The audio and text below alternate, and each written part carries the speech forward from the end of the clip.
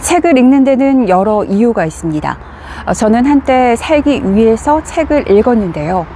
그때 저를 잡아준 책이 바로 이겁니다.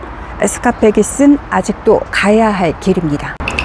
이 책은 1978년 미국에서 출간된 이후 뉴욕타임스 선정 최장기 베스트셀러입니다. 우리나라에서도 꾸준히 읽히고 있습니다. 아직도 가야 할 길은 삶에서 마주치는 고통과 정면으로 맞서고 그것을 극복해 나가는 데 필요한 자기 훈육법을 일깨워줍니다. 현대적 자기계발서의 시작을 알린 책이라는 평가를 받는 이유입니다. 저자 스캇 백은 이 책에서 자신의 임상 경험, 즉 정신과 의사로서 환자를 치료하면서 얻은 경험을 토대로 인격적인 완성에 이르는 길을 제시합니다.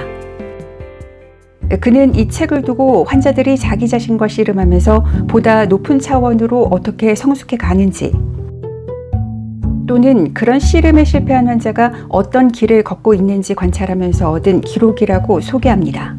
이 책에 많은 환자들의 사례가 포함됐다는 걸 알 수 있는데요. 독자들은 마치 진료실에 있는 것처럼 생생하게 현장을 느낄 수 있습니다. 스캇 백은 정신과 치료를 받으러 오는 환자들을 오히려 의지가 강한 영적 성장 가능성이 높은 사람들로 봤습니다. 정신질환과 직면하고 그것을 극복하려고 스스로 변화를 일으키는 사람이라고 평가했던 겁니다.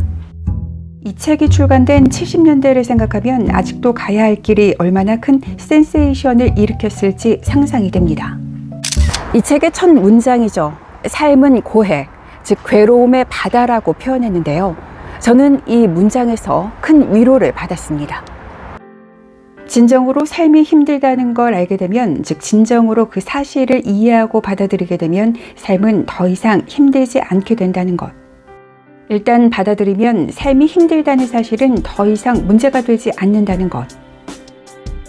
삶은 문제와 고통의 연속으로 정의한 부분에서 위로받았습니다.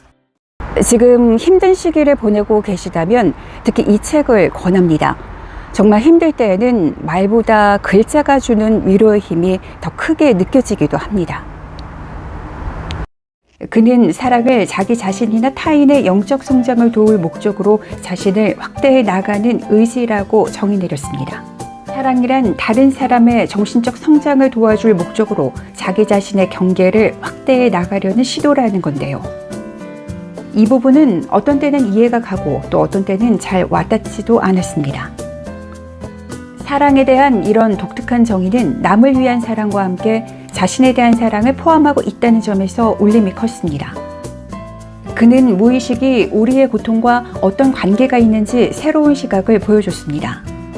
프로이트의 전통을 이어가는 정신과 의사들은 무의식을 정신질환을 일으키는 부정적인 존재로 파악했죠.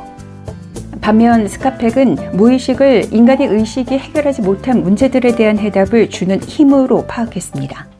저자는 환자들과 벌어지는 일들을 거리낌 없이 보여줍니다. 그들은 서로에게 화를 낼 때도 있었습니다. 치료를 성공적으로 마쳤던 이들이 했던 말이 있습니다. 내 우울증과 나를 공격한 불안은 최고의 경험이었다고 말입니다. 독자들은 환자들의 이런 고백이 있기까지 과정을 지켜볼 수 있습니다.